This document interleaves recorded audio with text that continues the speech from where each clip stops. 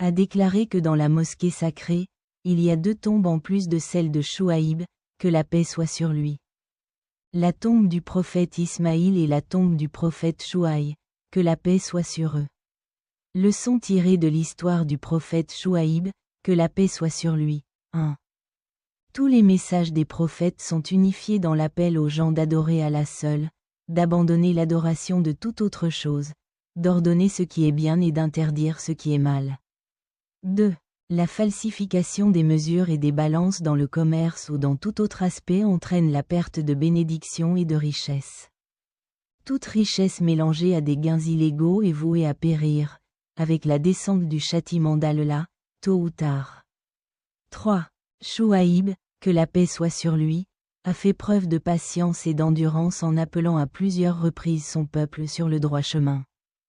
Et cela sert de leçon à tous les prédicateurs pour qu'ils soient doux et patients et ne pas abandonner leur mission uniquement à cause du manque de croyance ou du refus d'écoute des mécréants. 4. Tous ceux qui appellent à la vérité doivent comprendre que sont leurs ment, si on leur fait du mal ou si on leur fait face à l'ignorance. Leur situation est plus douce que celle vécue par les prophètes et messages précédents.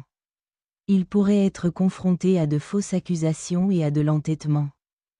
Tout comme lorsque les gens de Chouaïb lui ont demandé de leur apporter un châtiment du ciel s'ils disaient la vérité. 5. Les bénédictions d'Allah sur les êtres humains sont abondantes. Telles que la facilité de vivre, avoir des enfants, une bonne santé, la richesse et la prospérité agricole. À l'heure actuelle, la commodité des transports et l'utilisation généralisée de l'électricité dans la vie quotidienne offrent encore plus de bénédictions. Cela devrait nous inciter à être reconnaissants et reconnaissants envers Allah. Cependant, négliger ou être ingrat pour ces bénédictions peut conduire Allah à les retirer. 6.